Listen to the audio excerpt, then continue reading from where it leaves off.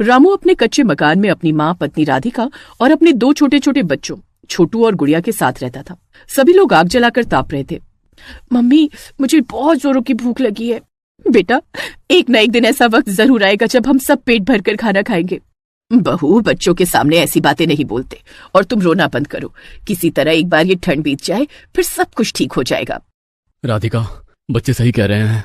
जिंदगी चाहे जैसी हो, जिंदा रहने के लिए खाना बहुत जरूरी है। मैं कुछ खाने का इंतजाम करके आता हूँ।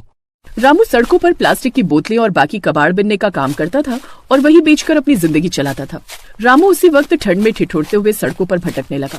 उसने एक कंधे पर बोरी डाल रखी थी और रास्ते में जो भी प्लास्टिक की बोतलें और कबाड़ मिल रहा था, बोरी में भरता जा रहा था। बोरी भरने के बाद वो एक कबाड़ की दुकान पर पहुंचा। चाचा, कुछ कबाड़ लेकर आया हूँ। जो भी पैसा हुआ जल्दी से दे दो। मेरे बीवी बच्चे सब भूखे हैं। अरे, इतनी ठंड में मेरी हिम्मत नहीं हो रही कि मैं तुम्हें पैसे दूं। कल पैसा लेकर जाना। अरे चाचा, थोड़े कम पैसे दे देना, लेकिन मुझे पैसे दे दो, बहुत जरूरत है। मेरे बच्चे भूखे हैं। आप समझ क्यों नहीं रहे? अच्छा, बच्चों की बात है तो दे रहा हूँ। रामू ने उनका शुक्रिया अदा किया और पैसे लेकर सीधा सब्जी मंडी चला गया। वहां पर जो सबसे सस्ती सब्जी थी वो खरीदी। फिर वो अनाज की दुकान पर गया। जो सबसे बेकार आटा, दाल, चावल थे वो लेकर अपने घर पहुंचा। रामू के हाथ में ढेर सारा खाने का सामान देखकर उसकी माँ, बीवी और बच्चे सब ऐसे खुश हुए जैसे उन्हें अमृत मिल गया हो। पापा आ गए, खाने का सामान लाए हैं, हम भी खाना खाएंगे। अरे, क्या कच्चा ही खाना खा लोगे तुम लोग? आप लोग बैठिए, आग तापिए, मैं जल्दी से खाना बना देती हूँ। राधिका मिट्टी के चूल्हे में खाना बनाने लगी। रामू अपनी माँ और बच्चों के साथ बैठकर आग तापने लगा। तभी अचानक उनके घर बहुत सारे रिश्तेदार टपक पड़े। अरे मामा, मामी, बुआ, विनोद, संजय, तुम सब एक साथ? यार, तुम लोग हमेशा शिकायत करते थे ना कि हम गरीबों के यहाँ कभी नहीं आते, तो सोचा तुम्हारे यहाँ चलते हैं। लेकिन मुझे लगता नहीं है कि ये लोग हमारी कोई सेवा कर पाएंगे। इनकी हालत तो देखो। अरे, आप लोग कैसी बातें कर रहे हैं? रामू, जल्दी से सबके लिए बोरा बिछा दे। मामा नमस्ते, मामी नमस्ते, अब सब लोगों को मेरा नमस्ते। हमें बहुत खुशी हुई आप लोगों को देखकर। आप लोग आराम कीजिए, मैं जल्दी से सबके लिए खाना बनाती हूँ। रामू ने जमीन पर ही ढेर सारे बोरे बिछा दिए और सब लोग वहीं बैठकर आग तापने लगे। तभी रिश्तेदारों ने रामू को ताने मारने शुरू कर दिए। रामू, गरीबी में बड़ी दिक्कत होती है ना। इंसान जितना आलसी होता है उतना ही गरीब होता चला जाता है। अरे काका, बात तुम बिल्कुल सही कह रहे हो। रामू, जब हम तुम्हारी उम्र में थे ना तो बहुत मेहनत किया करते थे, और देखो आज हमारे घर में एसी लगी है, ठंडी के समय हीटर लगा हुआ है, कोई परेशानी नहीं है। तुम लोग अभी तक वहीं के वहीं हो। फूफा जी, भगवान कभी ना कभी मेरी भी सुनेगा। सुबह 4 बजे उठकर काम पर निकल जाता हूँ। कहाँ? कूड़ा बिनने? सभी रिश्तेदार रामू के काम को लेकर उसका मजाक उड़ाने लगे। तभी थोड़ी देर बाद राधिका सबके लिए खाना लेकर आ गई। सभी ने खाना खाना शुरू किया। वैसे हमें तो उम्मीद ही नहीं थी कि हमें इस घर में खाना मिलेगा। ऊपर वाले का शुक्र है कि खाना पीना तो मिला कम से कम। भैया, आप मेरे सगे भाई होकर मेरे परिवार को ताने मार रहे हो। अरे, मैं क्यों ताने मारूंगा भला? मैं तो सच्चाई बता रहा हूँ। हम में से किसी को भी ये उम्मीद नहीं थी कि इस घर में खाना मिलेगा। सभी रिश्तेदार खाना ऐसे खा रहे थे जैसे जन्मों से खाना ही ना खाया हो। तुम्हारे घर में अचार वचार नहीं है क्या?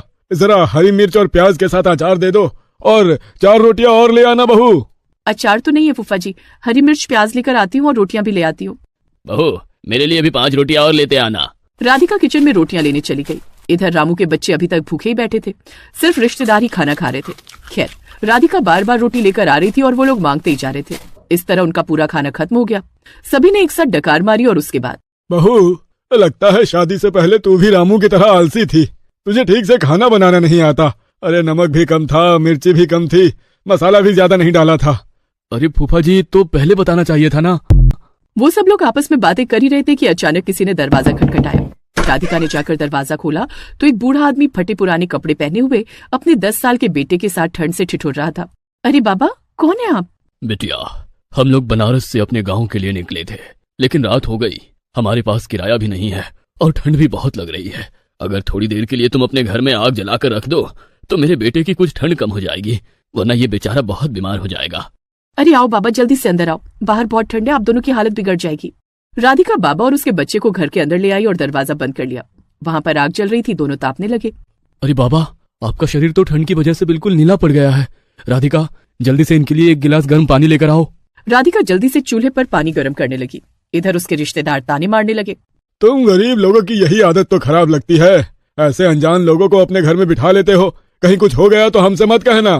फूफा जी, हम सब इंसान हैं, अनजान कैसे हो गए? बेचारे बूढ़े हैं, ठंड से कांप रहे हैं, उनकी मदद करना हमारा फर्ज है। आपने वो कहावत तो सुनी ही होगी, अतिथि देवो भवः, अतिथि भगवान होता है।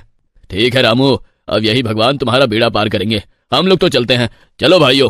सारे रिश्तेदार डकार मारते हुए वहां से चले गए। उसके बाद राधिका अपने पति रामू को लेकर रसोई घर में गई। अब जितना खाने का सामान लेकर आए थे सब खत्म हो गया। हमारी तो छोड़ो, बाबा और उनके बच्चे को खिलाने के लिए भी कुछ नहीं बचा। अब क्या किया जाए? अरे अभी ये 4 रोटियां तो बची हैं ना। अरे तो क्या बाबा को ही सूखी रोटी खिलाएंगे? अभी आपके रिश्तेदार इतने ताने मार कर गए हैं, बाबा भी कुछ श्राप दे देंगे तो हमारी हालत और भी खराब हो जाएगी। कोई कुछ भी कहे, हमारा फर्ज है भूखे को खाना खिलाना। हमारे पास जो होगा वही तो खिलाएंगे ना। तुम नमक और प्याज निकालो। राधिका और रामू बाबा और उनके बेटे के लिए सूखी रोटियां लेकर आए। रोटियां देखकर बाबा और उसके बच्चे की आंखों में आंसू आ गए। बच्चों, तुम दोनों को ऊपर वाला सारी खुशियां दे। मेरा बच्चा 4 दिनों से भूखा था। हम लोग पैदल यात्रा पर निकले थे, लेकिन रास्ते में हमारी किसी ने मदद नहीं की।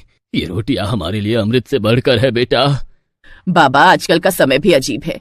सगे रिश्तेदार हमारा मजाक उड़ाते हैं और आप एक अनजान मेहमान होकर हमें आशीर्वाद दे रहे हैं। खैर, बाबा और उसके बेटे ने खाना खा लिया, लेकिन बाबा को उनका चेहरा देखकर समझ आ गया था कि उनका परिवार भूखा है। थोड़ी देर तक आग तापने के बाद बाबा ने अपना झोला रामू और राधिका को देते हुए कहा, बच्चों, तुम्हारा परिवार का दिल बहुत साफ है, और जहाँ दिल साफ होता है ईश्वर वहीं निवास करता है। ये लो, मैं बनारस से कुछ लेकर आया था, ये तुम दोनों रख लो। इससे ज्यादा मैं तुम लोगों को कुछ नहीं दे सकता बेटा। अरे बाबा, क्या है इस झोले में? आपकी तो पहले से ही हालत खराब है, हमें कुछ नहीं चाहिए आपसे। रामू बेटा, ये मैं तुम्हें नहीं बल्कि अपनी बेटी को दे रहा हूँ। बेटी, ये झोला पकड़ो, मेरे जाने के बाद ये झोला खोलकर देख लेना। इतना बोलकर बाबा अपने बेटे के साथ वहां से चले गए। तभी रामू ने सोचा, बाबा को मेरा नाम कैसे पता चला? मैंने तो अभी तक बताया नहीं। राधिका, जल्दी से झोला खोलकर देखो, इसमें है क्या? राधिका ने झोला खोलकर देखा तो उसमें एक पीतल का लोटा था और कुछ नहीं। बेचारे बाबा से जो हो सका उन्होंने हमें दे दिया। अब ऐसा करो, खाना तो बचा नहीं, इस लोटे में पानी गर्म करके इसमें नमक डाल दो। हम सब लोग वही पीकर सो जाएंगे, फिर सुबह देखा जाएगा। राधिका ने उस लोटे में जैसे ही पानी भरा, वैसे ही वो सारा पानी सोने का बन गया। ये देखकर राधिका, रामू, उसकी सास, बच्चे सब हैरान रह गए। लगता है बाबा के रूप में हमारे घर में सच में भगवान आए थे। राधिका, ये सारा सोना पलट लो, इसमें दोबारा पानी भरकर देखो। राधिका ने उस लोटे का सारा सोना दूसरे बर्तन में रख दिया और पीतल के लोटे में फिर से पानी भरा तो वो फिर से सोने का हो गया। रामू, बहू, आज हमारे घर में सच में भगवान आए थे। आज भगवान ने ये कहावत सच कर दी कि जब वो देता है तो छप्पर फाड़ कर देता है। एक बिन बुलाए अनजान मेहमान बनकर भगवान ने जो हमारी मदद की है, उसका कर्ज हम कभी नहीं चुका सकते। अब हम हमेशा गरीब असहाय लोगों की मदद किया करेंगे ताकि भगवान को भी हम पर गर्व हो। अगले दिन ही रामू ने ढेर सारा सोना बेचकर सबसे पहले तो अपना घर बनवाया, फिर एक कबाड़ का बहुत बड़ा बिजनेस खोल लिया। राधिका ने ढाबा खोल लिया जहां पर वो गरीब असहाय लोगों को मुफ्त में खाना खिलाया करती थी। तो इस तरह जहां सगे मेहमान उन्हें ताने मारकर चले गए थे, वहीं एक